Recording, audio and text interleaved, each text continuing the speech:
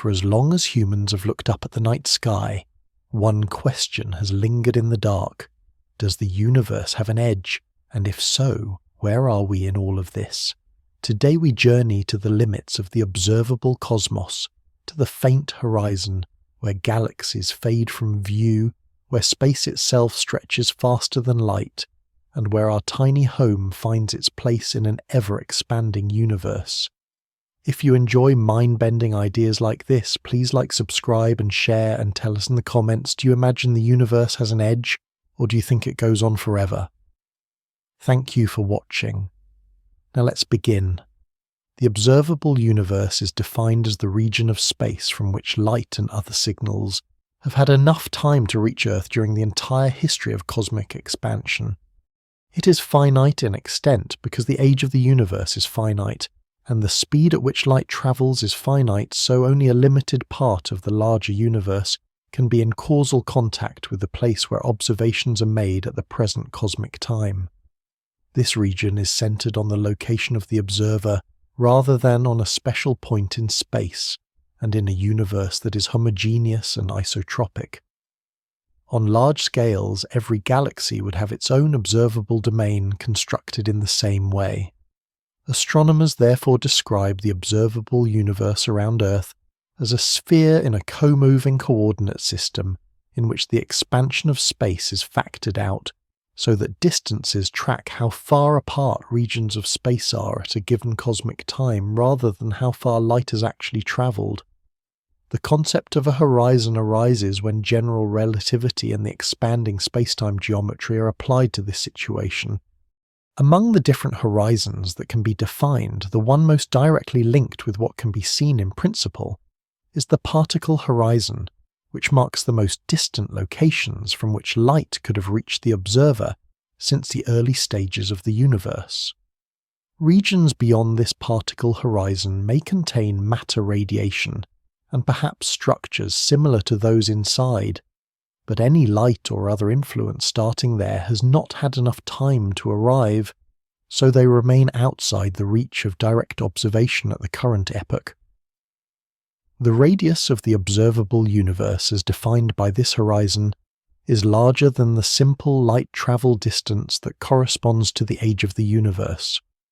This happens because space has been expanding throughout cosmic history so light that left distant regions long ago has been propagating through a medium whose scale factor increases with time. While the light moves toward the observer, the matter that emitted it is carried farther away by the expansion, and the appropriate way to describe the separation is through co-moving distance. Current analyses of the cosmic microwave background and large-scale galaxy surveys indicate that the co-moving radius of the observable universe is of order 46 billion light-years. A light-year is the distance light travels in 1 year in vacuum, so this radius encloses a volume that contains many billions of galaxies along with diffuse dark matter and a smoothly distributed dark energy component that affects the rate of expansion. The age of the universe, based on the same class of measurements, is about 13 8/10 billion years. So the co-moving radius exceeds the naive product of the speed of light and the cosmic age by a factor of several. This relationship follows from the solutions to the Friedmann equations, which describe how the expansion rate evolves when the universe contains radiation, ordinary matter, dark matter, and dark energy. Within the observable region, astronomers construct maps using galaxy redshifts, background radiation measurements, and other traces of structure. When the matter distribution is averaged over volumes hundreds of millions of light-years across, variations in density become small, and the universe appears statistically homogeneous and isotropic. On somewhat smaller scales, surveys reveal networks of filaments, clusters, and voids, but on the scale of the whole observable universe, these patterns do not single out a distinguished location. The observer sits near the center of the observable sphere only by definition, because distances are measured outward from the point where the data are collected. If a similar construction were carried out from a distant galaxy, its inhabitants would also find themselves surrounded by a roughly spherical observable region whose properties on the larger scales resemble those inferred here. In both cases, the effective outer boundary is the particle horizon beyond which signals have not yet arrived. Another important concept at this larger scale is the surface from which the cosmic microwave background originates. This radiation field is observed today as a nearly uniform microwave glow that comes from all directions in the sky, with small fluctuations in temperature that record early density variations. In the standard cosmological model, this background is interpreted as relic radiation from the time when the universe became cool and rarefied enough for atoms to form and for photons to travel freely without constant scattering.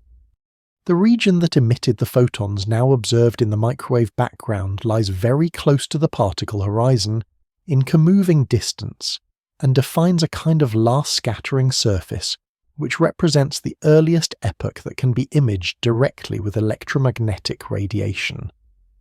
Information about even earlier times must be inferred indirectly, for example, through theoretical models and the way those models imprint subtle signatures on the background and on the later growth of structure. The combination of finite light speed, finite age, and an evolving expansion rate also leads to the definition of other horizons, such as an event horizon, that separates events whose light will eventually reach the observer in the far future from events that will never do so. In models where dark energy takes the form of a cosmological constant, this event horizon has a finite size which limits the region with which the observer can ever exchange signals, even in principle. These different horizons together describe which parts of the larger space-time diagram can be linked by causal processes to the world line of the observer, and which parts cannot. For practical purposes in observational cosmology, the main consequence is that the universe, as it can be mapped from Earth, occupies a bounded region whose outer layers are studied through very faint, highly red-shifted light that has been stretched to longer wavelengths by the expansion before arrival at present detectors producing datasets that approach the limits of instrumental sensitivity and require careful analysis to extract reliable information about conditions near the edge of what is observable. In an expanding universe, spacetime is described as a dynamic background in which the distances between unbound objects change with cosmic time, even when those objects are not moving through space in the ordinary sense. The mathematical description introduces a scale factor that increases as the universe evolves, and this factor rescales the separations between distant galaxies that are not gravitationally bound to each other in pairs or groups. When light is emitted by a distant galaxy, it travels along paths determined by the geometry of spacetime, and as it moves, the ongoing expansion stretches its wavelength. This stretching produces what astronomers call cosmological redshift, an increase in wavelength compared with the value that would be measured if the light had been emitted and received without the intervening expansion. The redshift is quantified by comparing observed spectral features such as atomic or molecular lines with laboratory measurements, and the ratio between the shifted wavelength and the rest wavelength serves as a measure of how much the universe has expanded while the light was in transit. For relatively nearby galaxies, the redshift is approximately proportional to distance, and this proportionality is described by a relation between the recession velocity inferred from the redshift and the distance measured by independent methods. For more distant objects, the simple linear approximation is replaced by a more complex relation that depends on the full expansion history, including the influence of matter and dark energy. The concept of look-back time is used to express how far into the past a given observation reaches. When light from a distant galaxy is detected, the time at which it was emitted is earlier than the present, by an amount equal to the duration that the photons have been travelling. This look-back time increases with redshift, so that observations of higher redshift objects probe earlier stages in the evolution of galaxies and large-scale structure, However, the distance to the galaxy at the present cosmic time is not simply the product of the look-back time and the speed of light, because the distance itself has grown during the transit. Various distance measures are therefore defined in cosmology, each suited to a specific use such as relating flux to luminosity angles, to physical sizes or redshifts to co-moving coordinates. When astronomers discuss the extent of the observable universe, they often refer to co-moving distance, which tracks how far away regions are on a slice of constant cosmic time, factoring out the overall expansion. Light from the most distant currently observed galaxies and quasars is highly redshifted, indicating that the scale factor has increased by large factors between emission and detection. In some cases, the light that was emitted in the ultraviolet or visible range now arrives in the infrared, and the spectra must be interpreted accordingly. The expansion of space also implies that there are limits to what can be seen now and to what can ever be seen. At any given time, the combination of finite light speed and the growth of the scale factor defines a boundary between regions that can have sent light to the observer since the early universe and regions that have not had enough time to do so. This boundary is the particle horizon mentioned earlier, and its location depends on the entire history of the expansion rate. In models that include a dominant dark energy component at late times, the expansion accelerates, which affects not only how redshift relates to distance, but also how the observable region evolves. As acceleration becomes important, some regions that are currently just within reach may eventually move outside the event horizon, a separate boundary that marks which events can ever send signals that will arrive at the observer in the infinite future. The distinction between the particle horizon and the event horizon is important for understanding both the current observable universe and the long-term causal structure, but both concepts rest on the same basic feature of cosmology, namely that light travels through a geometry that changes with time. Observationally, the expansion of space and the associated redshift are measured through large surveys that collect spectra for very many galaxies and quasars across wide areas of the sky. These surveys map redshift as a function of angular position and apparent brightness, and from this information astronomers reconstruct a three-dimensional distribution of matter in redshift space. Corrections are applied to account for the peculiar motions of galaxies within clusters and filaments, which add small velocity components on top of the cosmological expansion. After these corrections, the large-scale pattern of increasing redshift with distance encodes the expansion history and allows constraints to be placed on parameters such as the mean matter density and the dark energy content.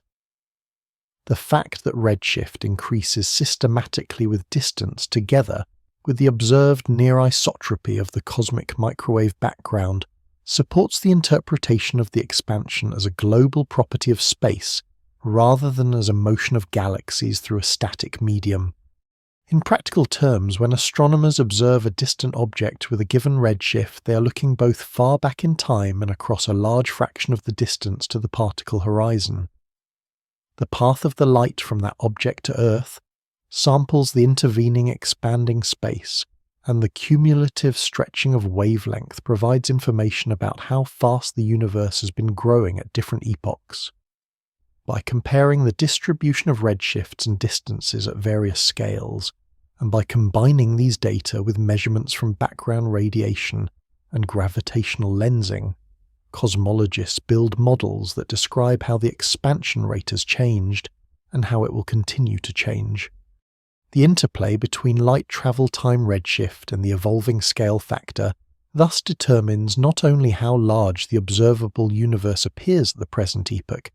but also which regions contribute to the maps that are constructed from current observations and which regions remain beyond the reach of existing and future electromagnetic signals.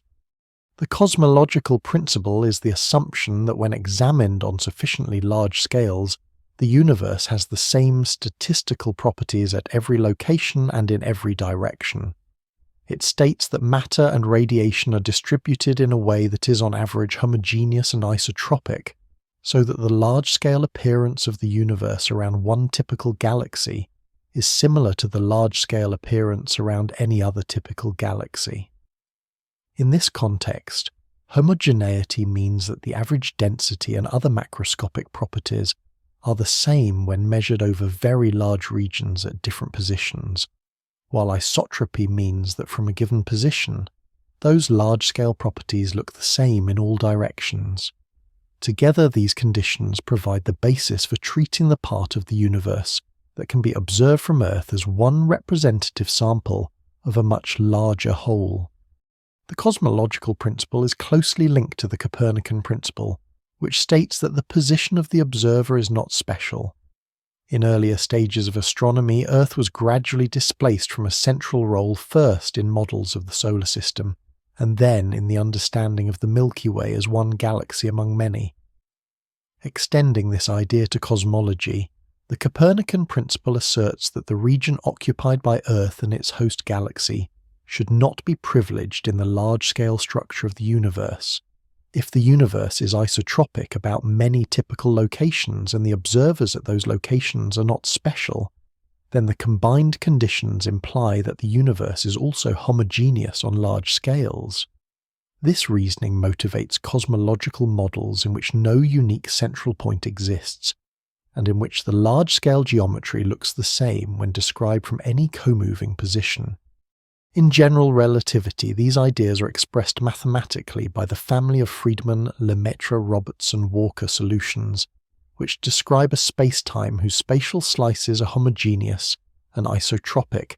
and whose overall scale changes with cosmic time. In such models, galaxies that participate in the general expansion are treated as co-moving with the background, and each co-moving observer measures the same mean density and sees distant galaxies receding with a rate that depends only on their distance, and on the cosmic time, not on direction. The absence of a special center is encoded directly in the geometry because the spatial sections at fixed cosmic time are maximally symmetric.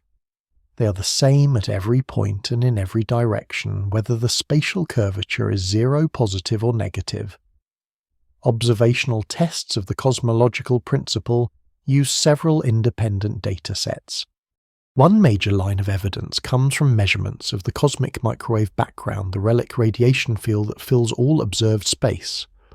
Maps of this background show that its temperature is almost the same in every direction on the sky, with fluctuations whose amplitude is at the level of a few parts in many tens of thousands.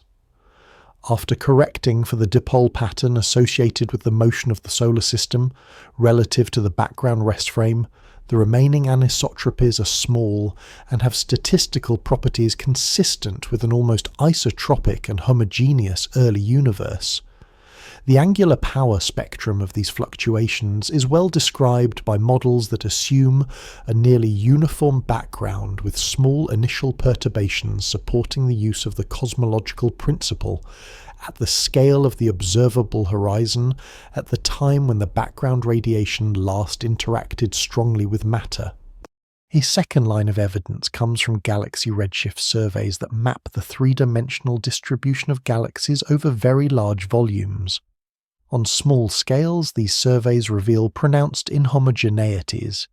Galaxies aggregate into groups and clusters, align along filaments, and surround large, low-density regions, often called voids.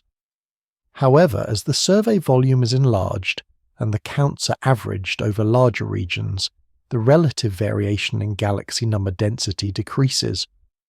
Analyses indicate that beyond a characteristic scale of order,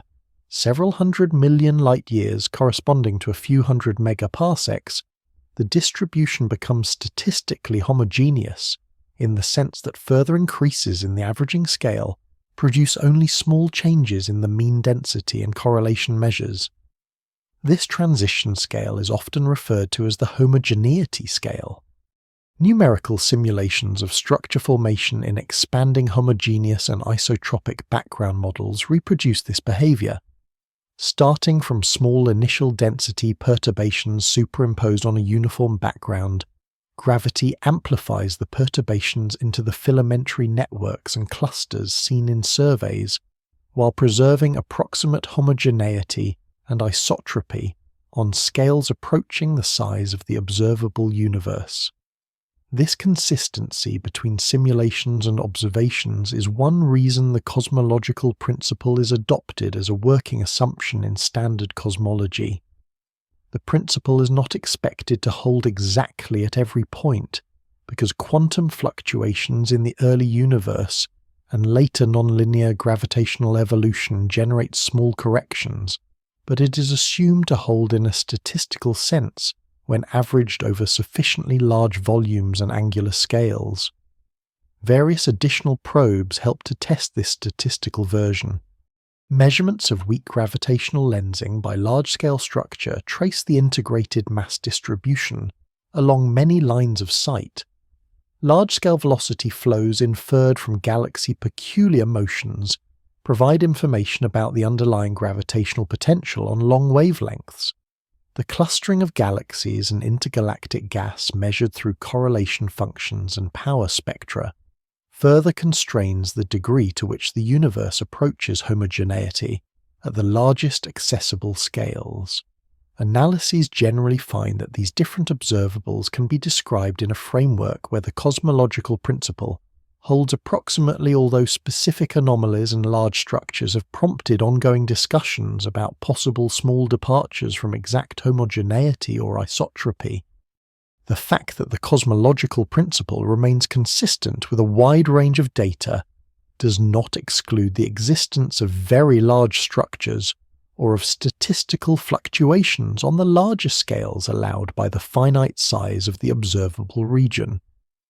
Observations have revealed large quasar groups and galaxy walls whose sizes approach or in some analyses exceed simple estimates of the homogeneity scale and features in the background.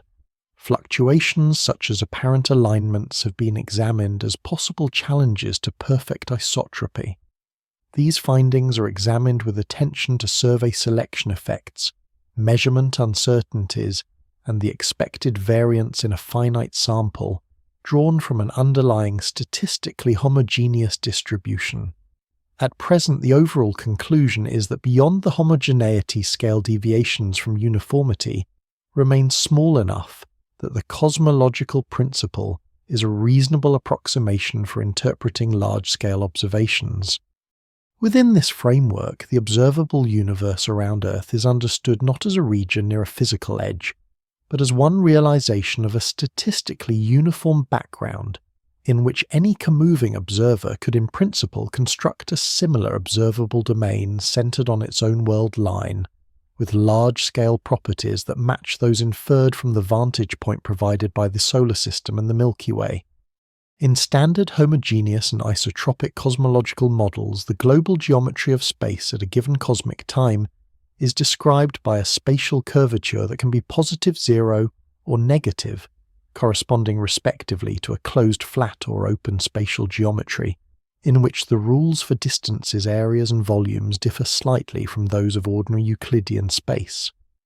The curvature is encoded in a parameter that measures how much the average geometry of three-dimensional space on large scales deviates from exact flatness, and it is constrained by observations that relate measured angles, fluxes and redshifts to physical sizes and distances. In a spatially flat model, very large triangles constructed by light rays have interior angles that sum to the familiar value from Euclidean geometry. The relation between distance and redshift follows the behavior expected for an uncurved space, with the measured expansion history and volumes within a given comoving radius scale with the cube of that radius. In a positively curved model, the sum of angles in such large triangles tends to exceed the Euclidean value, and the volume enclosed by a given radius is smaller than in a flat model, while in a negatively curved model, the angle sum is smaller and the volume is larger. Astronomers use these geometric effects together with the pattern of fluctuations in the cosmic microwave background and the clustering of galaxies to determine how close the observable region is to each of these idealized cases, measurements of the temperature, anisotropies, and polarization of the cosmic microwave background from the Planck satellite, when combined with distance measurements from baryon, acoustic oscillations in the distribution of galaxies, yield a curvature density parameter that is statistically consistent with 0, with a best-fitting value of about 1,000th and an uncertainty of a few thousandths around that value, so that a perfectly flat geometry lies well within the allowed range. This result means that averaged over the entire observable domain, any departure from flatness is small compared with the total energy content that drives the cosmic expansion. When the background radiation data from Planck are considered in isolation, some analyses find a mild preference for a slightly closed universe in which the curvature parameter is negative and of order a few percent in magnitude,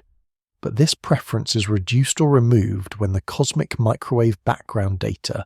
are combined with baryon acoustic oscillation measurements and other large-scale structure probes, which tend to pull the solution back toward flatness. This situation is sometimes described as a curvature tension between different combinations of data sets, and it has motivated re-examinations of both the observational systematics and the theoretical assumptions that enter the analysis, including the treatment of lensing signatures in the background radiation and the modelling of the sound horizon scale in the early universe. Independent constraints on spatial curvature that do not rely directly on cosmic microwave background. Anisotropies use compilations of baryon acoustic oscillation distances, type Ia, supernova, luminosity distances, and measurements of the expansion rate at various redshifts, and these studies also generally find that the curvature parameter is close to 0, with its absolute value bounded to be no larger than a few thousandths to a few hundredths, depending on the specific data and model choices. In geometric terms, such bounds imply that if the universe is closed or open, the radius of curvature is significantly larger than the radius of the observable region, so that within the region accessible to direct observation, the deviations from flat geometry are too small to be detected by current instruments. Additional information comes from late-time probes such as strong gravitational lensing time delays, which constrain angular diameter distances along particular lines of sight,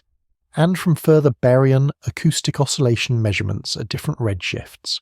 Analyses that combine these late universe indicators again favour a nearly flat large-scale geometry, with only small allowed departures from 0 curvature. While these observations restrict the curvature averaged over the observable universe to be very close to 0, they do not uniquely determine the global shape of the universe beyond the particle horizon. A universe with positive curvature can be either spatially compact like a three-dimensional analogue of a sphere with a finite volume and no boundary, or effectively very large with a curvature radius so large that only a small patch is observable. A universe with 0 or negative curvature can be either infinite in extent or compactified through non-trivial topologies that identify distant points, and different global topologies can produce almost indistinguishable local observations if their characteristic scales are much larger than the observable radius. Searches for repeating patterns in the cosmic microwave background sky, and for other signatures of small fundamental domains, have not found convincing evidence for a compact topology with a size comparable to or smaller than the observable region, which places limits on certain specific models, but does not fix the overall global form. In practice, therefore, the current data support the use of a homogeneous and isotropic cosmological model, with spatial curvature very close to 0 within the observable domain, while allowing the possibility that the universe on scales beyond the observational horizon may be flat, very slightly closed, or very slightly open, with a curvature radius that lies well outside the range, directly probed by present geometric and background radiation measurements. Within the observable universe, the distribution of matter on the largest accessible scales takes the form of a network often described as the cosmic web, in which galaxies, galaxy groups and clusters trace out elongated filaments, broad sheets or walls, dense nodes, and extended low-density regions known as voids. Three-dimensional redshift surveys such as the Sloan Digital Sky Survey map this pattern by measuring positions and redshifts for millions of galaxies over large fractions of the sky, revealing that galaxies rarely fill space uniformly, but instead lie along interconnected structures that surround large underdense volumes. In this picture, filaments are the most prominent structures by visual impression. Long thread-like concentrations of galaxies and dark matter that connect massive clusters at their intersections and help to bound the voids. Observational catalogues and simulations indicate that typical filaments span tens of megaparsecs in length, with some extreme examples extending to several hundreds of megaparsecs when multiple connected segments are considered as parts of larger complexes. Sheets or walls appear as broad, relatively thin planar structures, where many filaments come together, and the densest nodes at filament junctions host rich galaxy clusters and superclusters. The voids enclosed by this network are not completely empty, but contain a much lower number density of galaxies and a lower mass density than the cosmic mean, with characteristic diameters ranging from roughly 10 to roughly 100 megaparsecs and supervoids that can reach several hundreds of megaparsecs. Dark matter, which does not emit light but interacts gravitationally, provides the main mass component of this web. In the standard cold dark matter cosmology, small initial density perturbations present in the early universe grow over time under gravity. Regions that start slightly denser than average attract additional matter, while under-dense regions lose material to their surroundings. Analytical approximations such as the Zeldovich model and numerical simulations based on n-body methods show that as gravitational instability proceeds, matter first collapses along one axis to form sheet-like structures sometimes called pancakes, then along a second axis to form filaments, and finally along all three axes to form compact halos at the nodes. These halos host galaxies and their positions follow the underlying dark matter skeleton. High-resolution simulations of structure formation in a homogeneous and isotropic background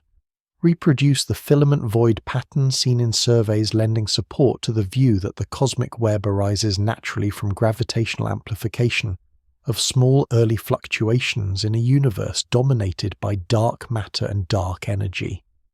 Quantitative descriptions of the web require algorithms that can identify filaments, walls and voids in noisy and incomplete data. Methods based on topological and geometric analysis, such as those that track critical lines in the density field, have been applied both to simulations and to observational samples from Sloan Digital Sky Survey releases, showing that the filamentary backbone and surrounding voids can be traced consistently across different datasets and redshift ranges. These studies confirm that filaments connect onto halos and walls in ways that follow the expectations from gravitational collapse in 3 dimensions, and that voids occupy most of the volume while containing only a minority of the mass. Recent and ongoing surveys continue to refine the map of the cosmic web. Wide-field spectroscopic programs extend redshift measurements to greater depths and over larger sky areas, while dedicated missions such as the Euclid Space Telescope use precise imaging and spectroscopy to measure weak gravitational lensing and galaxy clustering, with the aim of reconstructing the distribution of dark matter and tracing the web over much of the observable volume. Analyses of these data examine how the fraction of space occupied by voids, the typical thickness of walls, and the connectivity of filaments depend on cosmological parameters such as the mean matter density and the properties of dark energy. At the same time, detailed studies of galaxies in different web environments show that galaxy properties correlate with their location in this network. Galaxies near filament spines, and in dense nodes tend on average to be more massive and to have lower specific star formation rates than galaxies in less crowded regions, while galaxies in void interiors form and evolve under different boundary conditions imposed by the low surrounding density. These environmental trends indicate that the large-scale web is not only a geometric pattern, but also a framework within which galaxy evolution proceeds. Voids themselves display internal structure, including smaller filaments and low-mass halos, so that the cosmic web has a hierarchical organization in which substructures are nested inside larger elements. When the distribution of matter is considered over scales comparable to a significant fraction of the observable universe, the web pattern remains continuous. Filaments and walls do not terminate at a sharp outer rim, but fade in contrast as the averaging scale increases and as the finite depth and angular coverage of surveys impose observational limits. The maps assembled from galaxy redshift surveys, gravitational lensing measurements and background radiation analyses therefore depict the interior of the observable universe as a connected network of filaments, nodes, sheets, and voids embedded in a low-density background, without revealing any abrupt boundary in the arrangement of matter at the larger scales currently accessible to observation. Galaxy clusters are among the largest gravitationally bound systems in the universe and occupy the densest nodes of the cosmic web, where many filaments intersect and where dark matter and galaxies have collapsed together into deep potential wells. Observations show that typical rich clusters contain hundreds to thousands of luminous galaxies within radii, of order 1 to a few megaparsecs, embedded in much larger halos of dark matter, whose total masses range from roughly 10 to the 14th to roughly 10 to the 15th times the mass of the Sun. The visible component includes not only the galaxies themselves, but also a hot intracluster medium, a diffuse plasma that fills the volume between galaxies and is heated to temperatures of tens of millions of degrees Celsius, at which it emits X-rays that can be detected by space-based observatories. The structure and thermodynamic state of this intracluster medium carry information about the assembly history of the cluster, the depth of its potential well, and the feedback processes associated with star formation and active galactic nuclei in the member galaxies. Measurements of the X-ray surface brightness, the temperature profile, and the Sunyaev-Zeldovich effect, caused by inverse Compton scattering of background photons off the hot electrons, allow estimates of the total cluster mass and the baryon fraction, which can then be compared with predictions from cosmological models and simulations. Clusters do not form in isolation, but arise at the intersections of filaments that channel matter into them over cosmic time. In the hierarchical picture of structure formation, small dark matter halos merge and accrete into progressively larger systems, and clusters represent a late stage of this process on scales of several megaparsecs. As a result, many clusters themselves are not completely relaxed objects, but show evidence of recent mergers and ongoing infall, visible in disturbed X-ray morphologies, multiple galaxy subgroups, and complex velocity distributions. The population of clusters at different redshifts thus traces both the growth of structure and the changing balance between matter density and dark energy. At still larger scales, groups and clusters of galaxies can be associated into superclusters, which are extended over dense regions spanning tens to hundreds of megaparsecs. Superclusters are not generally gravitationally bound as a whole. Instead, they are configurations where the density of clusters and galaxies exceeds the cosmic mean by a specified factor, or where the underlying dark matter field exhibits a coherent ridge or plateau in the large-scale density distribution. A common operational definition treats superclusters as collections of two or more galaxy clusters that lie within a certain maximum separation and surpass a chosen density threshold, so that they stand out statistically as prominent enhancements in the cluster distribution. observational catalogues identify a wide range of supercluster morphologies, including filamentary chains, sheet-like complexes, and more compact knot-like systems.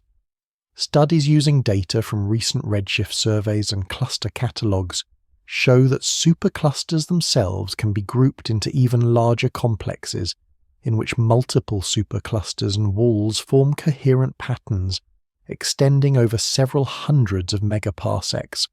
although these very large features often lie near the limits of present survey volumes and require careful accounting for selection effects and survey geometry.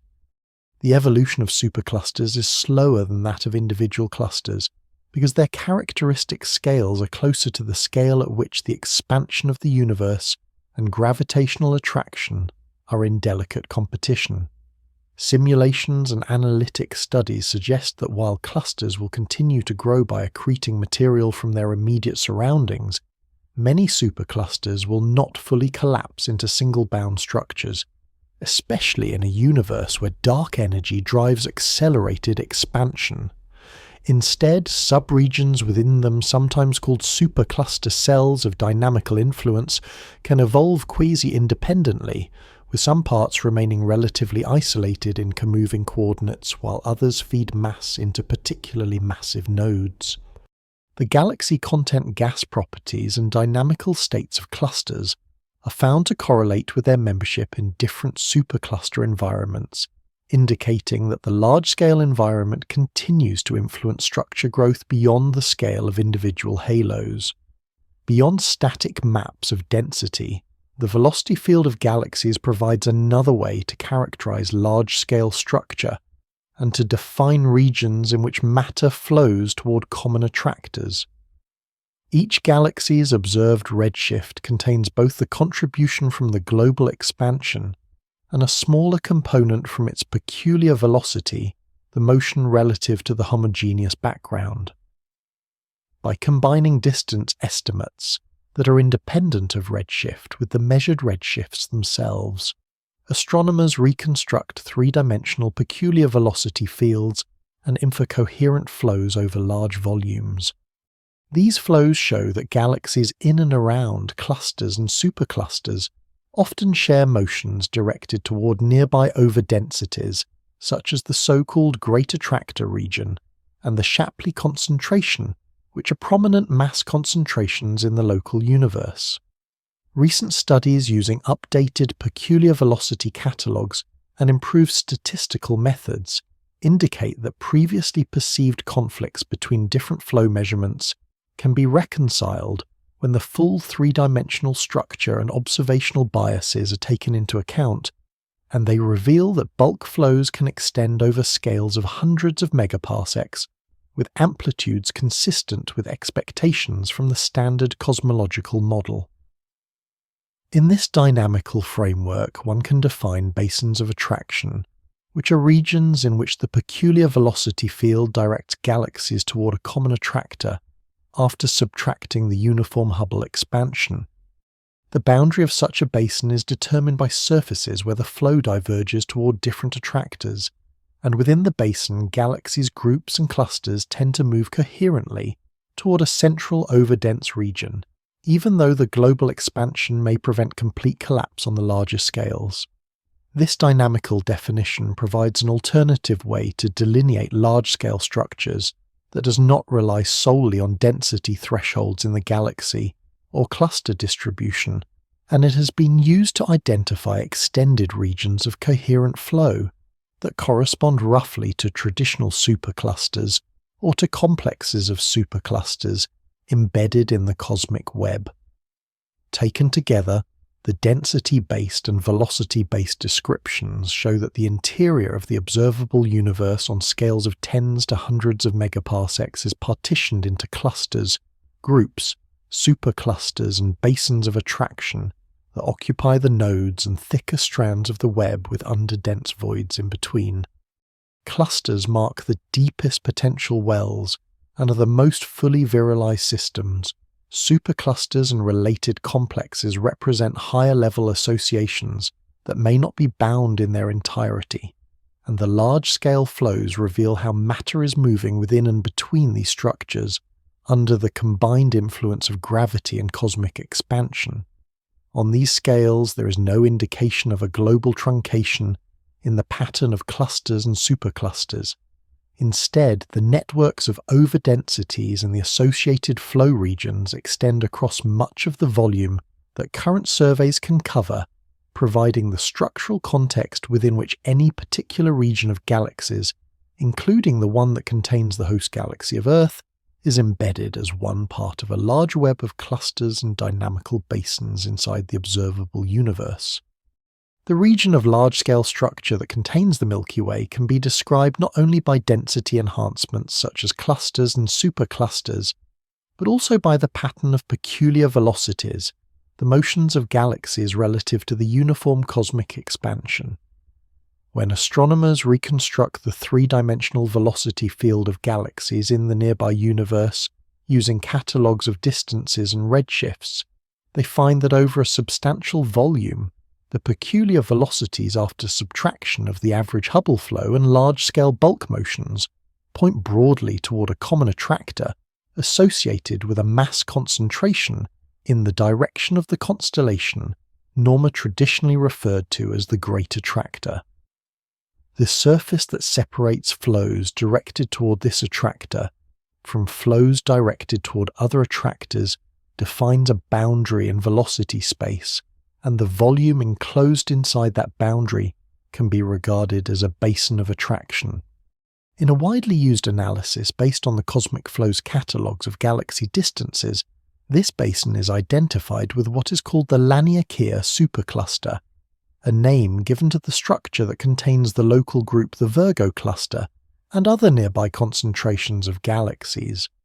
In this definition, a supercluster is no longer simply a density enhancement in the galaxy distribution, but the volume inside a closed surface of divergent flow across which the direction of the peculiar velocity field changes sign. Within the Laniakea basin, galaxies tend to have peculiar velocities that, once the mean expansion and very long-range flows are removed, are directed inward toward the region around the Great Attractor, while outside the basin flows turn toward other mass concentrations. This approach gives a dynamically motivated way to delineate the extent of the structure that contains the Milky Way and its neighbours, complementing more traditional definitions based on cluster counts or density thresholds.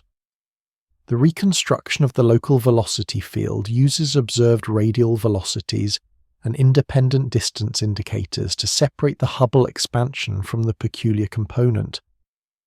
By applying statistical methods to these data, researchers infer the underlying three-dimensional velocity and density fields and identify the locations at which the flow diverges, analogous in a mathematical sense to lines that separate catchment regions in a height field. The closed surface formed by these divergence points encloses a roughly contiguous region that in the case of Laniakea has a characteristic extent of about 160 megaparsecs, corresponding to a diameter of somewhat more than 500 million light-years, and an estimated total mass of order 100 quadrillion times the mass of the Sun. Within this volume lie previously recognized components such as the Virgo supercluster, the Hydra Centaurus region, and a variety of smaller groups and clusters, all treated as parts of a single dynamical entity, defined by the inward flow pattern. The local group, which contains the Milky Way and the Andromeda Galaxy, along with many smaller satellite galaxies, appears as one relatively low-mass system embedded within this larger basin. From the perspective of the Laniakea construction, the local group is not at the geometric centre of the basin and does not occupy a privileged location. Instead, it is one of many galaxy systems that share a common large-scale flow toward the same attractor. The density field associated with Laniakea is not sharply bounded at the edges of the basin. Galaxy counts and mass reconstructions show that the surrounding cosmic web continues smoothly into neighbouring regions, and that the transition from one basin of attraction to another is marked by changes in the direction of peculiar velocities rather than by a sudden drop in density. Some lines of sight from the local group that pass outward through the Laniakea region intersect prominent structures such as the so-called South Pole Wall and other large aggregations of galaxies that link Laniakea to the wider Pisces-Cetus supercluster complex, which itself is part of an even larger network of filaments and walls in the local universe. Follow-up work using updated distance catalogues such as the cosmic flows for compilation has extended the reconstruction of basins of attraction over a larger volume and a wider range of directions. In these newer analyses, Laniakea still appears as a distinct basin in some reconstructions, but there is evidence that it may itself be embedded within a larger basin associated with the Shapley concentration, a massive overdensity located at greater distance in the general direction toward the constellations of Centaurus and Norma. In such a picture, the flows that define Laniakea on intermediate scales are part of a more extended pattern in which the entire region, including Laniakea and neighbouring structures, participates in a net motion toward the Shapley basin of attraction. This does not alter the local definition of Laniakea as a basin inside which peculiar velocities converge toward the great attractor region, but it places that basin within a nested hierarchy of basins and attractors defined over larger and larger scales in the cosmic web. Dynamical studies also indicate that Laniakea is unlikely to be gravitationally bound as a whole. The total mass when compared with the effect of dark energy and the expansion rate at the present epoch appears insufficient to halt the overall expansion of the region, so that only smaller substructures such as individual clusters and groups are expected to remain bound in the very long term. In that sense, Laniakea is best regarded as a present-day kinematic entity rather than as a single future-collapsed object. Its significance lies in the way it organizes galaxy motions and provides a coherent description of the environment in which the local group resides. On scales from tens to a few hundreds of megaparsecs, this basin defines a natural intermediate layer between the larger cosmic web and the more compact systems such as the local group and the Virgo cluster. When moving inward from the description of the cosmic web and major superclusters to a description of the specific region that contains the Milky Way, the Laniakea basin of attraction therefore serves as a convenient reference structure that links the global velocity and density fields to the local environment in which the host galaxy of the solar system is situated. The local group is the small galaxy aggregation that contains the Milky Way, the Andromeda Galaxy, and many smaller systems bound together by their mutual gravity within the expanding universe. In the context of large-scale structure, a galaxy group is defined as a collection of galaxies whose mutual gravitational attraction is strong enough for their motions relative to one another to be dominated by the group potential rather than by the smooth Hubble expansion alone, and the local group is one such system embedded in the surrounding cosmic web. Observationally, it is often characterized by an approximately spherical region of space, with a radius of about 1 megaparsec measured from the barycenter, the center of mass defined mainly by the Milky Way and Andromeda, inside which the galaxies share a common dynamical association, and lie within a surface that separates the bound group from the general field that follows the Hubble flow. Analyses of galaxy distances and velocities indicate that the zero-velocity surface, the boundary at which the local gravitational attraction of the group balances the overall expansion, has a radius of a little more than 1 megaparsec, while the half-mass radius, which encloses roughly half of the total group mass, is smaller by about a factor of 3. Estimates of the total mass of the local group based on the observed motions of galaxies and the application of dynamical models typically lie at the level of a few times 10 to the 12th times the mass of the Sun, with most of this mass concentrated in the dark matter, halos associated with the Milky Way and Andromeda, and a smaller contribution from the halo of the Triangulum galaxy, and from numerous dwarf galaxies distributed throughout the group volume. Current catalogues list on the order of several dozen to more than 100 known or probable member galaxies, the exact number depending on the membership criteria and on the inclusion of faint dwarf systems whose status is still being clarified. The majority of these members are low-mass dwarf spheroidal and dwarf irregular galaxies that cluster around the two dominant spirals or occupy the intergalactic space between them. The spatial configuration of the local group has often been described as resembling a dumbbell, in which one major concentration of galaxies surrounds the Milky Way, and another surrounds Andromeda, with the line connecting the two massive spirals forming the principal axis of the system. The separation between the Milky Way and Andromeda is of order several hundred kiloparsecs,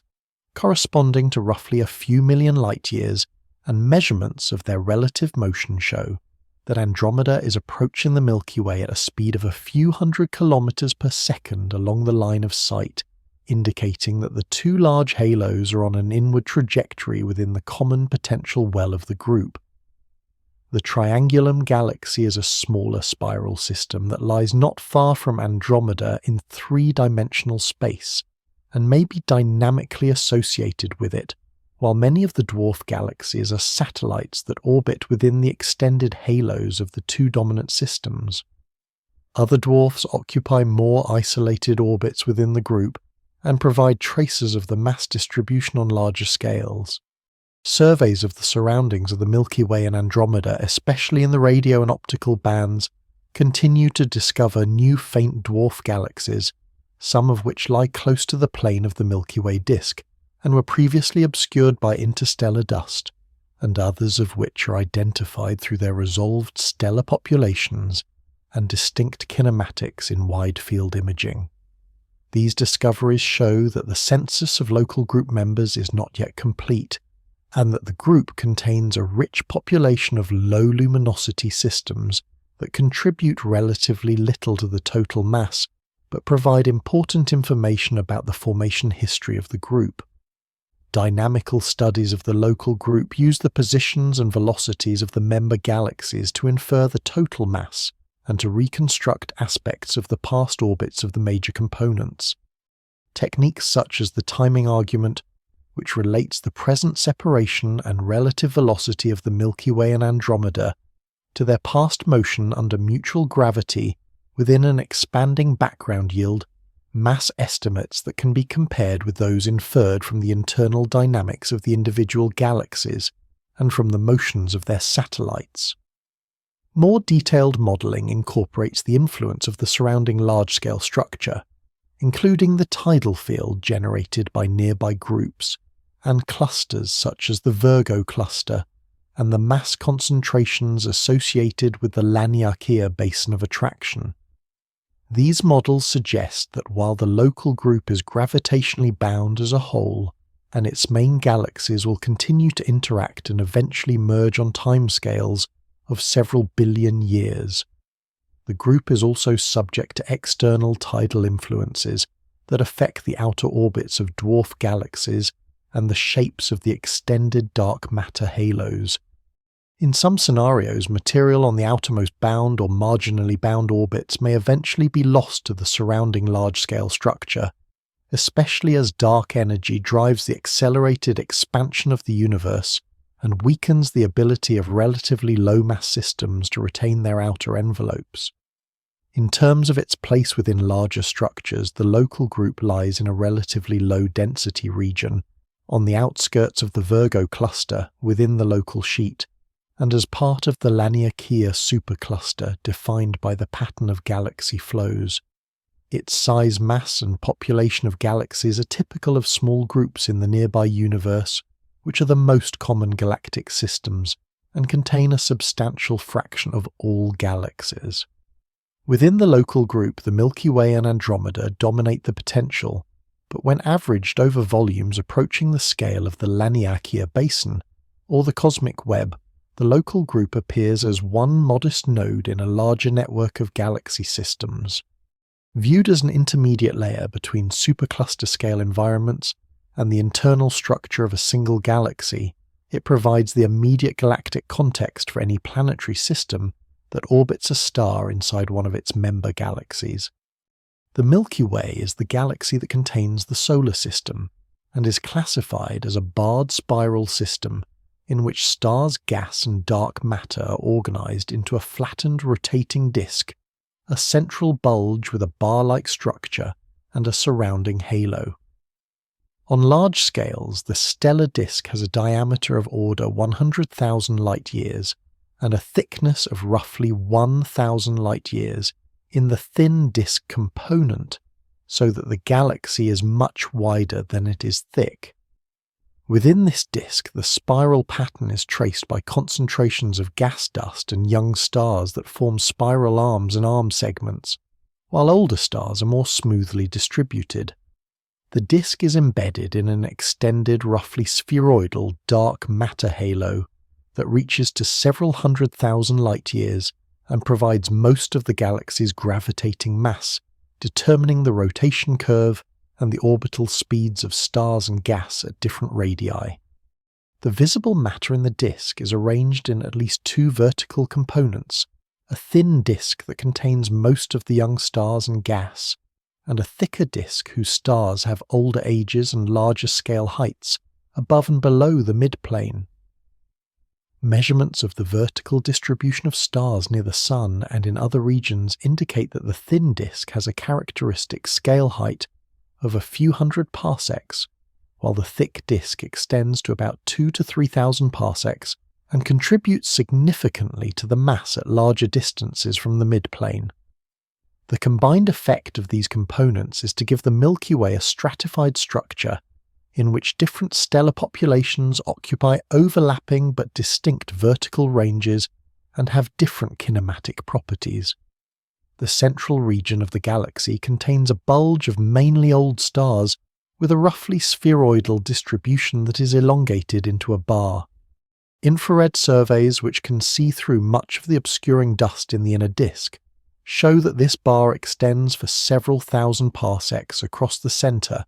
and is oriented at an angle relative to the line connecting the Sun to the galactic center.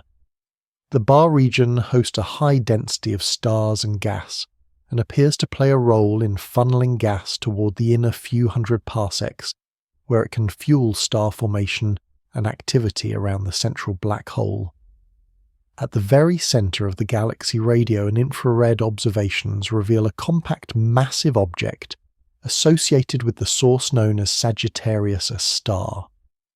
The orbits of stars within the central parsec show that this object has a mass of about 4 million times that of the Sun and is confined within a very small volume consistent with a supermassive black hole.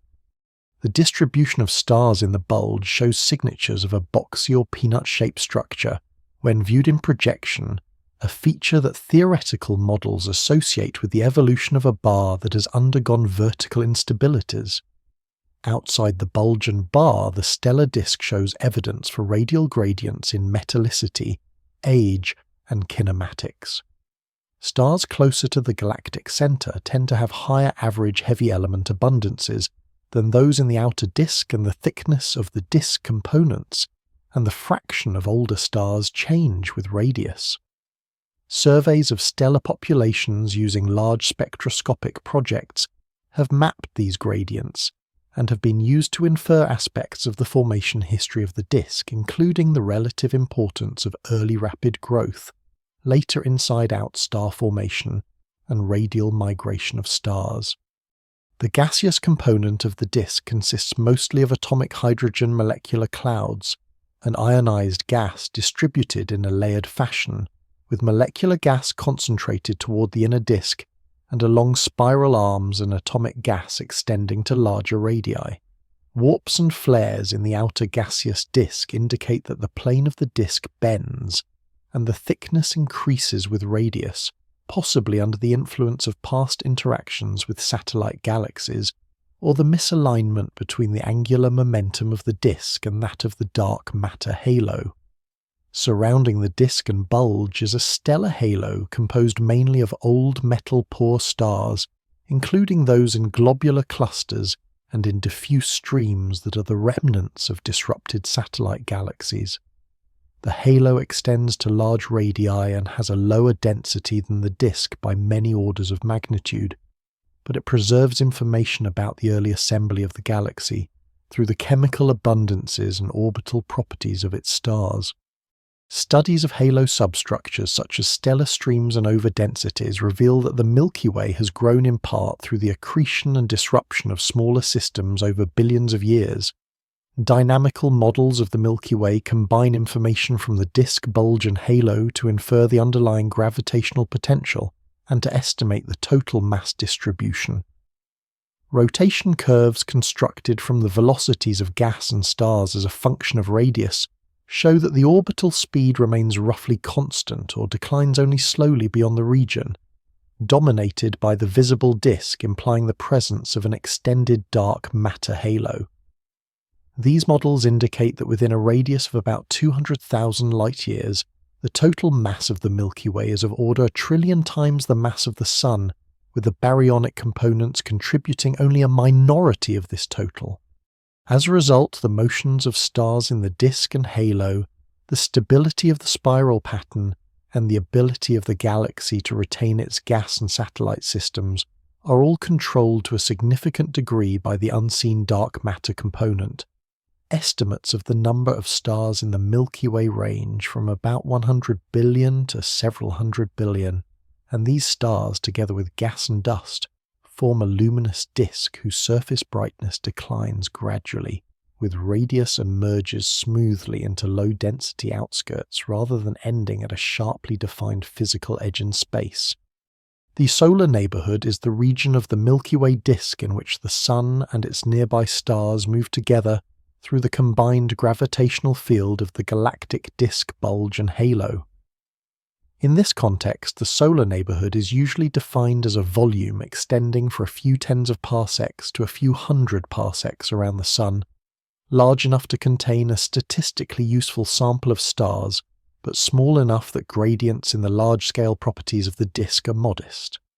Within this volume, the distribution of stars, gas and dust provides a local example of the conditions that prevail in a typical part of the thin disk of a spiral galaxy.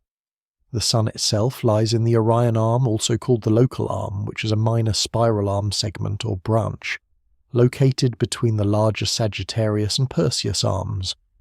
In galactocentric coordinates, the Sun is at a radius of about 8,000 parsecs from the galactic centre,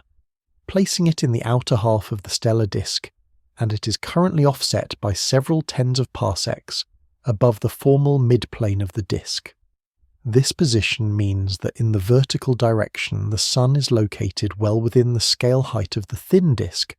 where the density of disk stars is still high, and where gas clouds and star-forming regions are present, but not so close to the midplane that the vertical distribution becomes sharply peaked around its location. The orbital motion of the Sun around the galactic centre follows an approximately circular path at a speed of a few hundred kilometers per second with a period of several 100 million years for one full revolution. Superposed on this global motion are smaller oscillations perpendicular to the disk plane and radial excursions inward and outward, caused by the combined gravitational effects of the bar spiral arms and massive structures in the disk and halo. The stars in the solar neighbourhood share similar orbital properties, although their individual velocities relative to the local standard of rest can differ by several tens of kilometers per second. The concept of the local standard of rest is introduced to provide a reference frame that moves on a nearly circular orbit around the galactic centre at the radius of the Sun. The average motion of a well-chosen subset of nearby stars approximates this reference circular velocity, and the peculiar velocity of the Sun and of other stars is measured relative to it.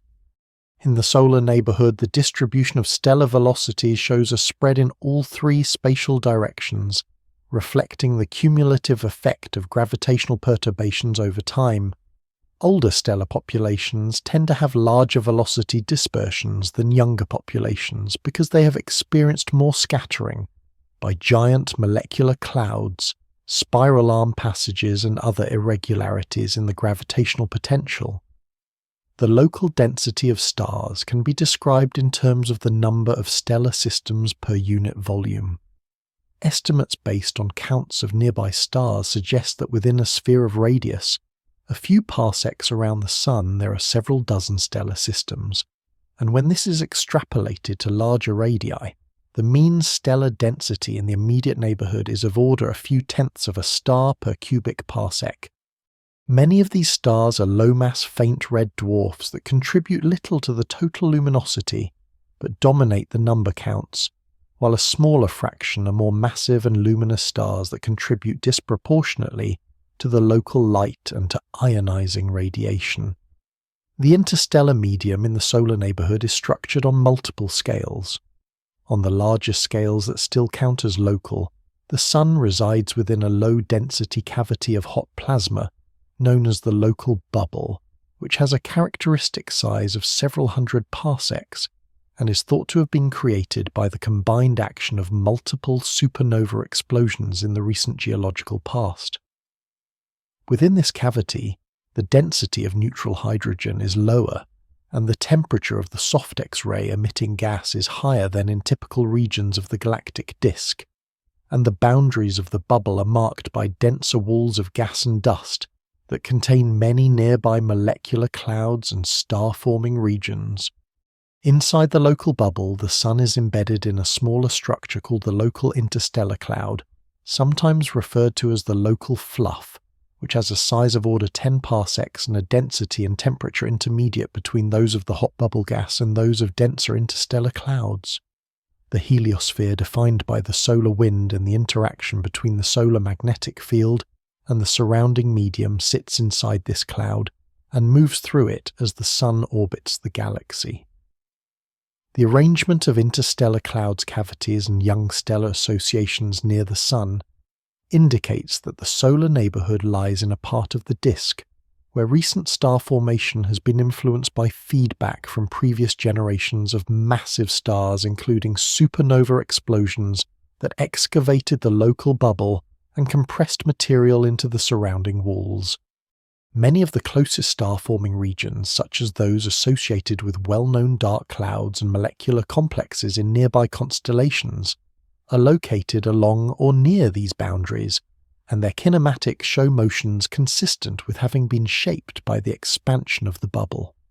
On somewhat larger scales extending to a kiloparsec or more, the Sun lies between two large-scale gaseous structures, sometimes referred to as undulating waves or corrugations in the disk, within which young stars and gas clouds follow gently curved patterns above and below the midplane.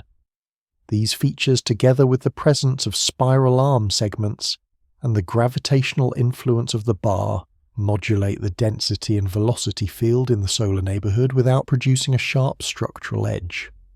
When the properties of the solar neighbourhood are compared with those of other regions at similar radii in external spiral galaxies, the local environment appears broadly typical in terms of stellar density, gas content, and star formation activity. The Sun is not located in an unusually crowded region, such as the core of a rich cluster, nor in an extremely sparse outer disk field, but in a moderately dense part of a spiral arm segment that is representative of the thin disk population, and the local mixture of stars, interstellar gas, and orbital motions provides an example of the conditions that prevail in many galactic disks at comparable distances from their centres. The solar system is the gravitationally bound system dominated by the Sun, within which planets dwarf, planets moons, asteroids comets, dust and plasma move in orbits determined mainly by the mass of the central star and by mutual perturbations.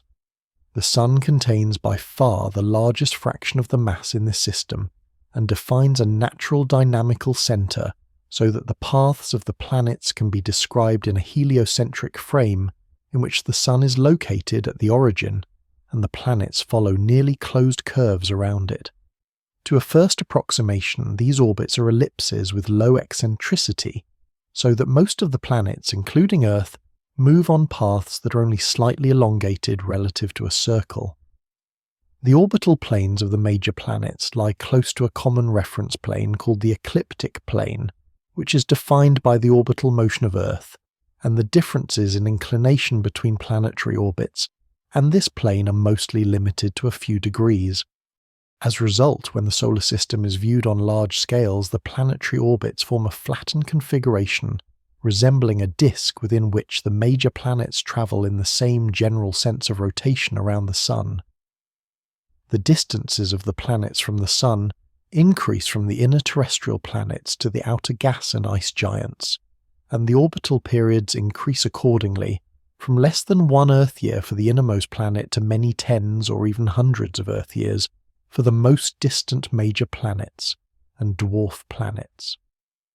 Earth follows a path whose mean distance from the Sun is defined as 1 astronomical unit.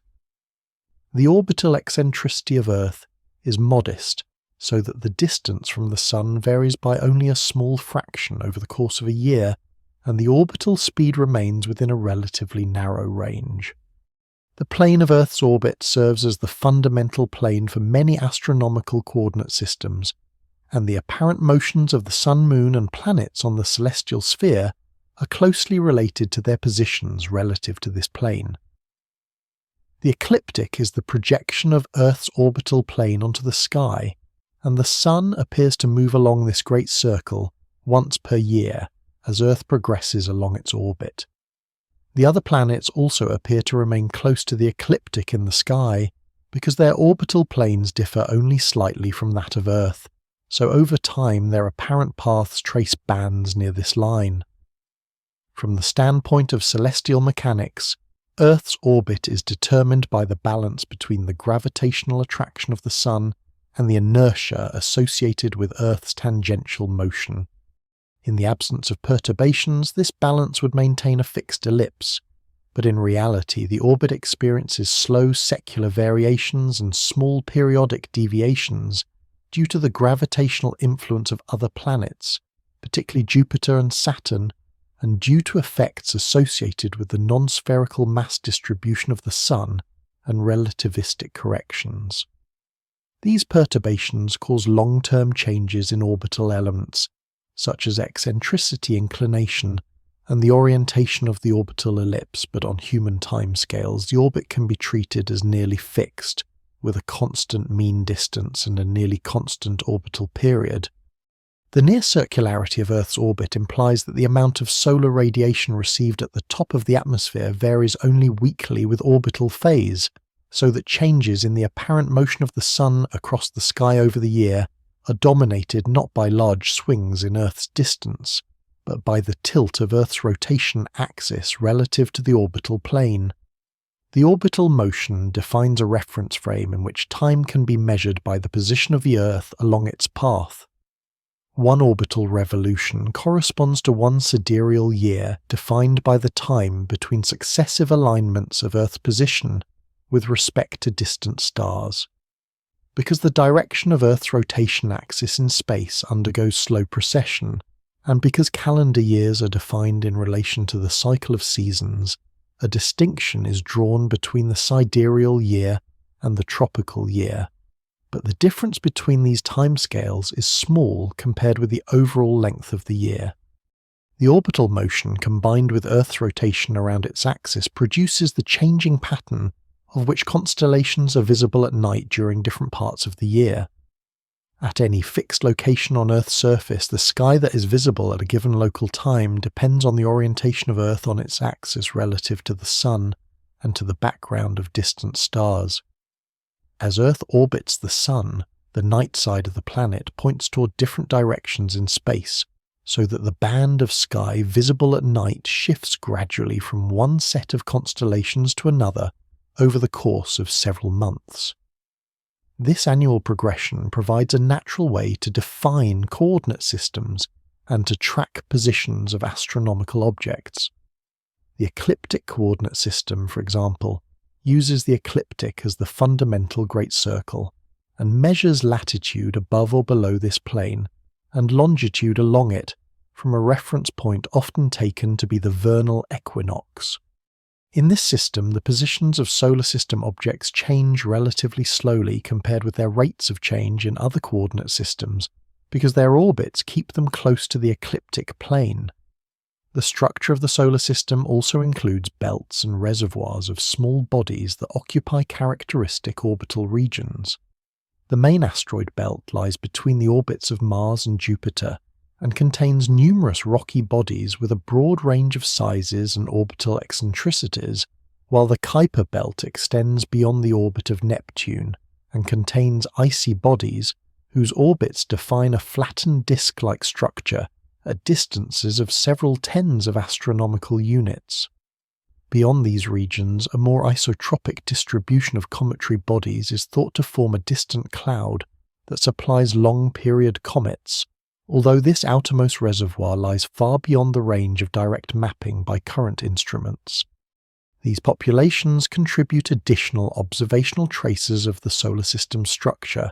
and provide foreground objects whose motions must be accounted for when planning deep surveys of the distant universe. The overall arrangement with Earth on a nearly circular orbit in the inner region of a planetary system that is itself embedded in the disk of the Milky Way establishes a moving platform from which observations of the sky are made. The orbital motion determines the changing direction of the night side relative to the distant universe, while the small inclination differences between planetary orbits and the common alignment near the ecliptic explain why the Sun, Moon, and planets follow related paths on the celestial sphere that can be predicted accurately from their orbital elements. Earth is a rotating, approximately spherical body, and the rotation defines how the sky appears from its surface at any given location. The planet turns once around its axis relative to the Sun in about 24 hours of mean solar time, producing the regular alternation of day and night, and it turns once relative to distant stars in about 23 hours, 56 minutes, a slightly shorter interval that defines a sidereal day. The axis of rotation is tilted by about 23½ degrees with respect to the plane of Earth's orbit around the Sun, so the direction of the axis in space remains nearly fixed over the course of a year, while Earth moves along its orbital path. The combination of rotation and axial tilt determines which part of the sky is above the horizon, how high the Sun rises at different times of year, and which constellations are visible at night at different seasons and latitudes. At any point on Earth's surface, the local horizon is defined by the plane that is perpendicular to the line from the centre of Earth to that point, and all directions above this plane mark the half of the celestial sphere that is visible while all directions below it remain hidden. The intersection of Earth's rotation axis with the celestial sphere defines the north and south celestial poles, and the great circle that lies halfway between these poles is the celestial equator. As Earth rotates from west to east, the celestial sphere appears to turn from east to west, so that stars, the Sun, the Moon, and planets rise in the general direction of the eastern horizon, cross the sky on circular arcs centered on the celestial poles, and set toward the western horizon, maintaining fixed angular separations from one another on short timescales. The angle between the local horizon and the celestial poles depends on geographic latitude. At the terrestrial equator, the celestial equator passes directly overhead, and the celestial poles lie on the horizon, so all stars rise and set, spending equal amounts of time above and below the horizon during each sidereal day. At mid-latitudes in the northern hemisphere, the north celestial pole stands above the northern horizon. At an altitude equal to the observer's latitude, the celestial equator is tilted, and stars with sufficiently high declinations lie on circular paths that never dip below the horizon, becoming circumpolar for that location. Stars with sufficiently low declinations spend only part of each diurnal cycle above the horizon, and rise or set at oblique angles. In the southern hemisphere, the roles of north and south are reversed, with the south celestial pole above the southern horizon, and circumpolar behaviour shifted accordingly. Near the terrestrial poles, the corresponding celestial pole lies almost directly overhead, and all visible stars circle it parallel to the horizon without rising or setting in the usual sense, while the sun spends long intervals above or below the horizon depending on the season. These geometric relations mean that different latitudes sample different subsets of the celestial sphere and experience different patterns in the daily paths of celestial objects. Earth's axial tilt introduces a variation with season because the direction of the rotation axis is fixed in space over the course of a year while Earth moves along its orbit. In coordinate terms, the ecliptic, which is the projection of Earth's orbital plane onto the celestial sphere, is inclined to the celestial equator by about 23½ degrees. As a result, the Sun's declination changes over the year, reaching a maximum positive value at the June solstice, a maximum negative value at the December solstice, and crossing the celestial equator at the equinoxes. For an observer at a given latitude, this change in declination alters the height of the Sun at local noon and the length of the daylight interval. When the Sun has higher declination and passes further from the horizon at midday, the day is longer and the Sun's rays strike the surface more directly. When the Sun has lower declination, it follows a lower arc across the sky and the day is shorter. The same geometry applies to the paths of stars and other celestial objects, their altitude at culmination, and the fraction of time spent above the horizon depend on both their declination and the observer's latitude. The daily and yearly motions combine to yield a pattern in which the set of constellations visible at a given hour of the night changes slowly throughout the year. Because the sidereal day is slightly shorter than the solar day, a star that crosses the local meridian at a particular clock time on one night will cross it about 4 minutes earlier on the next night. Over the course of many days, this shift accumulates so that the night sky visible at a given clock time gradually moves through different right ascensions. In practical terms, this means that constellations prominent in the evening sky at one season are visible in the pre-dawn sky at another season, and some constellations are never visible from a given latitude because they always remain below the horizon. For observers at low latitudes, a larger fraction of the celestial sphere becomes accessible over the course of a year, while near the poles one half of the celestial sphere remains permanently hidden and the other half remains always above the horizon. The concept of local sidereal time provides a way to relate Earth's rotation directly to the positions of celestial objects on the sky. Local sidereal time is defined so that it measures the right ascension that is currently crossing the local meridian, and it increases steadily as Earth rotates. At any given moment, knowing the local sidereal time and the celestial coordinates of an object allows calculation of its hour angle and thus its position relative to the horizon, independent of the time of year. In practice, civil timekeeping uses an average over variations in apparent solar time to define mean solar time and time zones, but astronomical applications often rely on sidereal time when planning observations or when interpreting the apparent motion of stars. Earth's rotation is not perfectly uniform. Small variations in rotation rate and in the orientation of the axis arise from exchanges of angular momentum with the atmosphere, oceans, and interior, as well as from gravitational torques exerted by the Moon and the Sun. Over much longer timescales, the rotation axis precesses, tracing a slow circle in the sky with a period of about tens of thousands of years, and this motion gradually changes the identity of the star nearest the celestial pole and shifts the coordinate grid used in star catalogues. These long-term effects, however, are negligible on human timescales when considering the basic pattern of daily and yearly sky motion seen from a fixed location on Earth's surface. For the purpose of describing how the sky appears from Earth at present, it is sufficient to treat the rotation rate and axial tilt as effectively constant, and to focus on how latitude, the definition of the local horizon, and the slow progression of Earth's orbital position together determine which part of the celestial sphere lies above the horizon at any given moment, and how the apparent paths of sun, moon, planets, and stars are arranged across the sky.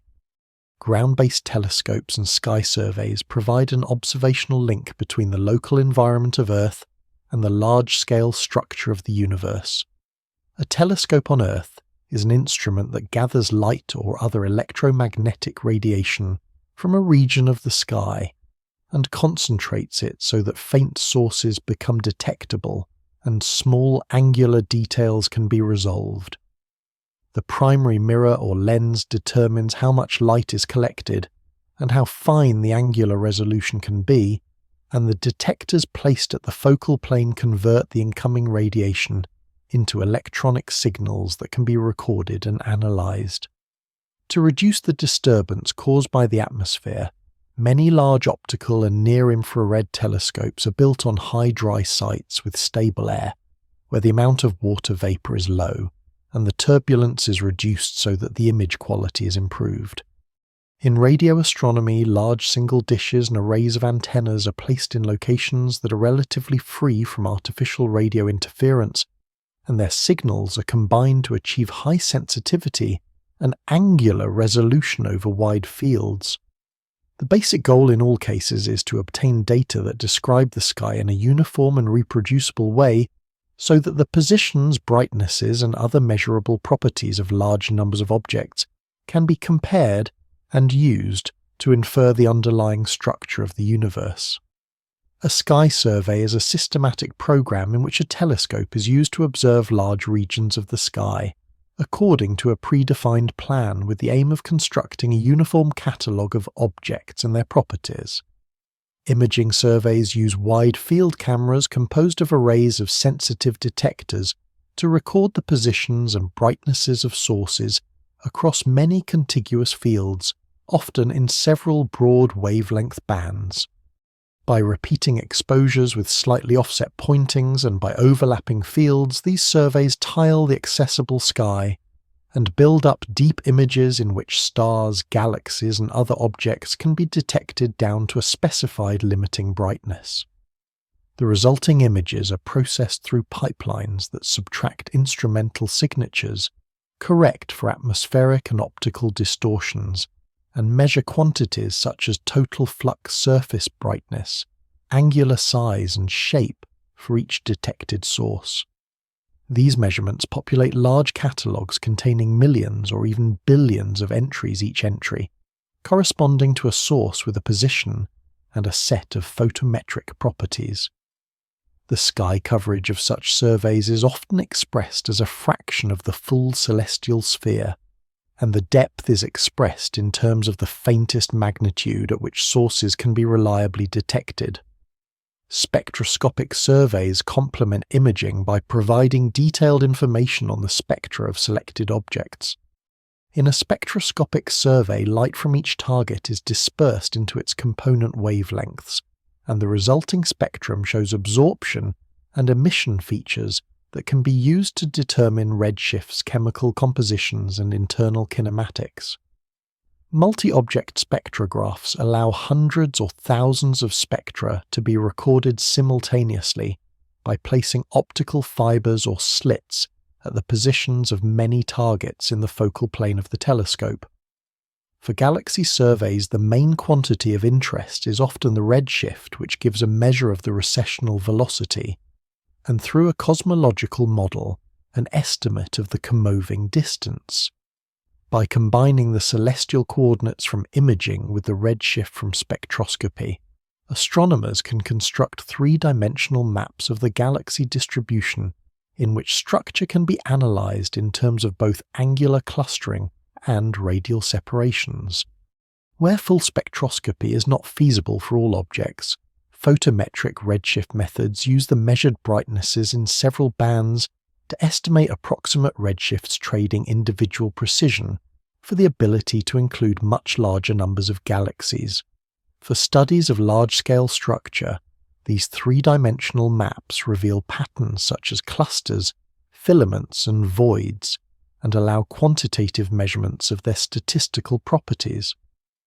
The two-point correlation function, for example, describes how the probability of finding a pair of galaxies depends on their separation, while higher-order statistics probe more complex arrangements.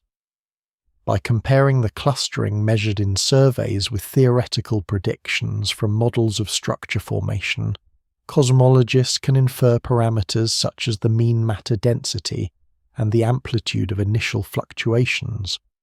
Maps of galaxy peculiar velocities derived by combining redshifts with independent distance estimates for selected objects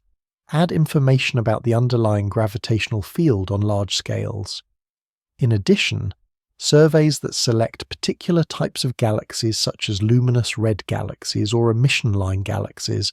provide traces that are well suited to measuring specific features in the clustering pattern, including characteristic scales that arise from processes in the early universe. Ground-based telescopes also conduct specialized surveys that focus on particular traces of large-scale structure. Narrow-band imaging surveys isolate emission from specific spectral lines at selected redshifts, allowing the detection of galaxies whose strong line emission falls within the narrow bandpass at those redshifts. Radio surveys at the wavelength associated with the hyperfine transition of neutral hydrogen map, the distribution of atomic gas in and around galaxies, and when extended over large areas and ranges of redshift, can trace structure in regimes where optical surveys are limited by dust or by foreground confusion. Arrays of radio antennas configured as interferometers combine signals from many elements to synthesize a large effective aperture, improving angular resolution while retaining wide field coverage. At shorter wavelengths, surveys in the near-infrared extend galaxy detection to higher redshifts and to regions of the sky where dust in the Milky Way attenuates optical light, thereby filling gaps in all sky maps that would otherwise arise from the galactic plane. The observational limits of ground-based surveys arise from several factors. One is the magnitude limit, the brightness threshold below which objects cannot be detected with sufficient signal-to-noise for reliable measurement. This limit depends on the telescope aperture, the exposure time, the detector properties, and the brightness of the sky background, which is influenced by atmospheric emission, scattered light from the moon, and artificial sources and air glow. Another limitation is the angular resolution, which is set not only by the optical design of the telescope but also by atmospheric turbulence, often summarized by the seeing a measure of how much point sources are smeared out by fluctuating refractive index along the line of sight. Techniques such as adaptive optics can partially correct for this blurring over limited fields by using deformable mirrors controlled in real time, but over very wide fields, the seeing imposes a lower bound on the effective resolution. A further constraint is the transmissivity of the atmosphere as a function of wavelength. At optical wavelengths, there is a window in which the atmosphere is relatively transparent, while in the ultraviolet and much of the infrared the atmosphere absorbs strongly and prevents ground-based observations. In the radio domain, there are also bands in which atmospheric absorption and terrestrial interference restrict usable frequencies. Within these constraints, ground-based sky surveys have produced detailed maps of the distribution of galaxies and clusters out to redshifts of order 1 and beyond, corresponding to look-back times of several billion years. These maps show that over the volumes they sample, the galaxy distribution forms a continuous network of filaments, nodes and voids without any indication of a sharp truncation at the edge of the surveyed region. Instead, the effective boundaries of the maps are set by the flux limits, the wavelength coverage, and the total time available for observations, which together determine how faint and how distant objects can be, while still entering the catalogues. As survey depth increases, more distant and less luminous galaxies become visible, and the mapped volume grows, but it remains contained within the broader observable universe, defined by light travel time and cosmic expansion. The surveys therefore provide a detailed view of the interior of the observable universe, as seen from Earth, showing how matter is distributed on scales from nearby clusters to the largest structures that can be traced with current data, while the ultimate limit on how far these maps can extend is set not by any material edge in space, but by the combination of instrumental capabilities, atmospheric transmission, and the finite age of the universe that restricts which distant sources have had time to send detectable signals to ground-based telescopes. Space-based observatories extend the reach of astronomical observations beyond the limits imposed by Earth's atmosphere and provide some of the most precise information about the large-scale properties of the universe. In low Earth orbit and at special locations such as the Sun-Earth Lagrange points, telescopes operate above most or all of the atmosphere, eliminating blurring from turbulence, avoiding strong atmospheric absorption bands, and reducing background emission in many wavelength ranges. This environment allows instruments to achieve higher angular resolution, greater sensitivity, and continuous long-duration observations in directions that would be difficult to follow from the ground. Space telescopes are designed for specific wavelength regimes including X-ray, ultraviolet, optical infrared,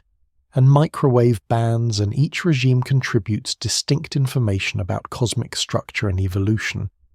In optical and near-infrared light, general-purpose observatories with relatively narrow fields of view, such as the Hubble Space Telescope and the James Webb Space Telescope, obtain deep images of carefully chosen areas of the sky and reveal distant galaxies and galaxy clusters at high redshifts. These deep fields show galaxies at earlier stages of evolution and allow astronomers to study how the number, density, luminosity, and morphology of galaxies change with look-back time. By combining deep fields taken in different directions, these observatories provide a sampling of the galaxy population across a significant fraction of the age of the universe, reaching to redshifts greater than 10, in some cases, where the first generations of galaxies become visible as very faint sources whose light has been stretched into the infrared. Other space missions are designed to map large fractions of the sky with wide fields of view. Infrared satellites that survey the whole sky, such as earlier missions that observed at mid and far infrared wavelengths, have catalogued many millions of galaxies and have traced the cosmic infrared background, which records the cumulative emission from dusty star-forming galaxies. These data complement optical surveys by revealing populations that are heavily obscured by dust and by constraining the total energy output from star formation over cosmic time. More recently, wide-field space telescopes have been developed specifically to map the large-scale distribution of galaxies and dark matter over a significant fraction of the extragalactic sky. Their designs combine high image quality with large focal planes that can capture extended regions of the sky in a single exposure and repeated observations in selected photometric and spectroscopic modes. Over the course of their missions, they measure shapes and redshifts for hundreds of millions to billions of galaxies, providing data sets for weak gravitational lensing studies, baryon, acoustic oscillation measurements, and other probes of cosmic geometry and growth of structure. These projects aim to map the matter distribution out to redshifts of order 1 to 2 across large solid angles, thereby filling in major portions of the three-dimensional pattern of filaments and voids that occupy the interior of the observable universe, and constraining the properties of dark energy that affect the expansion, history, and structure growth. At longer wavelengths, space missions that observe the microwave background radiation provide a complementary view of the universe on the larger scales. The cosmic microwave background is a nearly uniform radiation field that fills space and has a spectrum close to that of a black body, at a temperature of a few degrees above absolute zero. It is interpreted as relic radiation from the time when the universe was a hot ionized plasma, and photons were tightly coupled to matter through frequent scattering. As the universe expanded and cooled, electrons and protons combined to form neutral atoms. The mean free path of photons increased sharply, and the radiation began to travel freely through space. The last scattering surface associated with this transition lies at a redshift of order 1,000, corresponding to a time a few 100,000 years after the beginning of expansion. Spacecraft such as the Wilkinson Microwave Anisotropy Probe and the Planck satellite have mapped the temperature and polarization anisotropies of this background over the entire sky with high sensitivity and angular resolution. These maps show that the temperature varies only by small amounts from point to point at the level of tens of microkelvins, and that the fluctuations have a specific pattern in angular scale and amplitude. By analysing the power spectrum of these anisotropies and their polarization properties, cosmologists infer key parameters of the standard cosmological model, including the overall curvature of space within the observable universe, the relative contributions of ordinary matter, dark matter and dark energy, to the total energy density and the amplitude and spectral shape of the initial density perturbations that later grew into the cosmic web of galaxies and clusters. In addition, the pattern of anisotropies encodes information about processes such as acoustic oscillations in the early plasma diffusion damping and the integrated effects of gravitational potentials along the line of sight. The agreement between the measured anisotropy pattern and the predictions of a nearly flat universe, with cold dark matter and a cosmological constant combined with independent measurements from galaxy surveys and supernova observations, supports the view that the observable universe on the larger scales is well described by this model, and that the region accessible to observation is one realization of a statistically uniform background. Other space telescopes contribute by mapping more recent epochs at various wavelengths across large areas of sky that are difficult to observe from the ground. X-ray observatories in space detect hot gas in galaxy clusters, and groups measure the spectra and variability of active galactic nuclei, and trace the accretion history of supermassive black holes. Ultraviolet missions survey hot stars and intergalactic gas, while near and mid-infrared missions follow the build-up of stellar mass and dust-obscured star formation in galaxies that lie at intermediate and high redshifts. Astrometric satellites are designed to measure stellar positions, distances and motions with very high precision for large numbers of sources across the Milky Way and beyond. By repeatedly scanning the sky and recording the apparent positions and brightnesses of objects over many years, they build three-dimensional maps of the galaxy and provide a detailed description of the local distribution of star clusters and streams. These datasets are essential for understanding the structure and evolution of the Milky Way, and for placing the solar system's position in a precise galactic context. Together, the various classes of space observatories provide an observational layer that sits between the local vantage point on Earth and the global description of the observable universe. They operate from a platform that shares Earth's general motion around the Sun but is freed from the immediate constraints of the atmosphere, allowing continuous monitoring of selected regions, access to wavelengths that are blocked from the ground, and all sky coverage in bands where ground-based observations are not feasible. The sky maps and catalogues they produce, ranging from three-dimensional stellar atlases of the Milky Way to full-sky microwave background images and wide-field galaxy surveys, define much of what is currently known about the structure and contents of the observable universe, and mark the practical limits of how far and how precisely space can be mapped from the solar system's position within the Milky Way. From the standpoint of observations made on and near Earth, the part of the universe that can be mapped at present is a finite region whose extent is determined by the age of the universe, the finite speed of light, and the history of cosmic expansion. Telescopes and detectors collect photons and other messengers that have travelled for different lengths of time from distant sources and by measuring their directions on the sky, their redshifts and their other properties, astronomers infer where and when in the cosmic history those signals originated. When these measurements are interpreted within a cosmological model that incorporates expansion, large-scale homogeneity, and the observed matter and energy contents, each detected source is placed at a co-moving position in three-dimensional space, and together these positions populate a volume around the observational vantage point.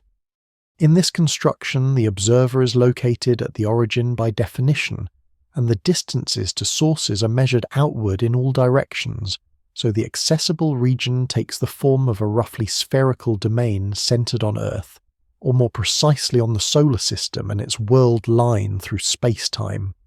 The angular coverage of sky surveys determines how completely this sphere is sampled in different directions, and the flux limits determine how far along each line of sight the sampling extends for sources of a given intrinsic luminosity. Within the domain where the surveys are deep and the coverage is wide, the maps reveal a continuous distribution of galaxies, clusters, filaments, and voids that fills the interior up to the maximum redshift reached by the data.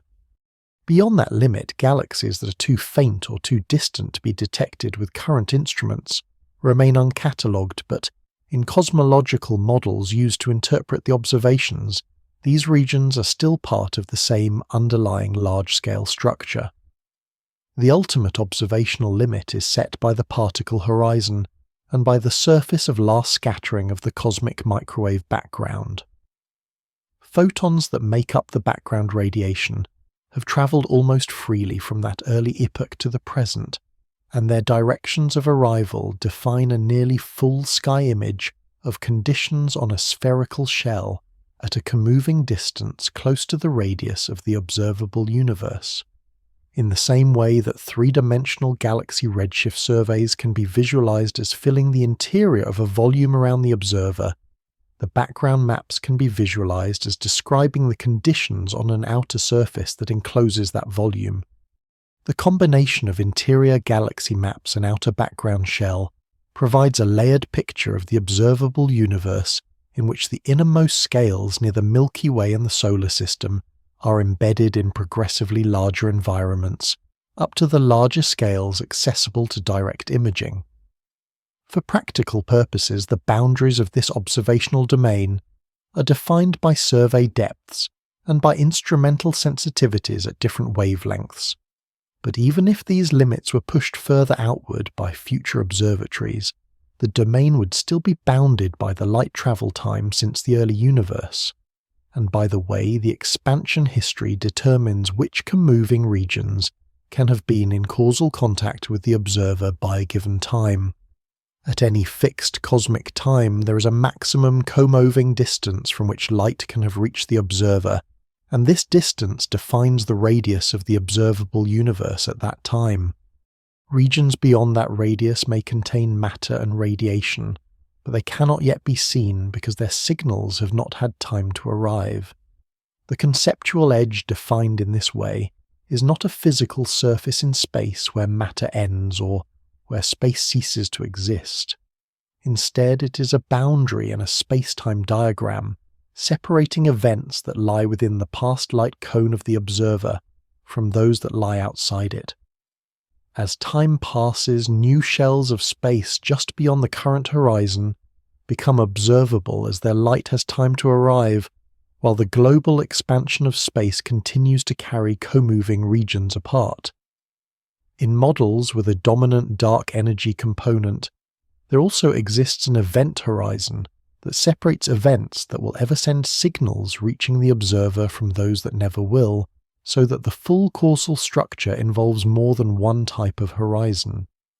In observational practice, however, the relevant scale for present maps is the particle horizon and the corresponding radius of the observable universe that can be probed by background radiation and by the most distant galaxies and quasars. When researchers assemble all available data from ground-based and space-based surveys from radio to gamma rays, they do so in a coordinate framework that places Earth and its instruments at the origin, and organizes the information in spherical shells of increasing redshift and look-back time. The resulting description portrays the universe as an approximately homogeneous and isotropic medium on large scales within which the observable domain appears as a finite spherical region bounded by a horizon, defined by light travel time and expansion, while the continuation of the universe beyond that region remains a matter for inference rather than direct observation at the present epoch.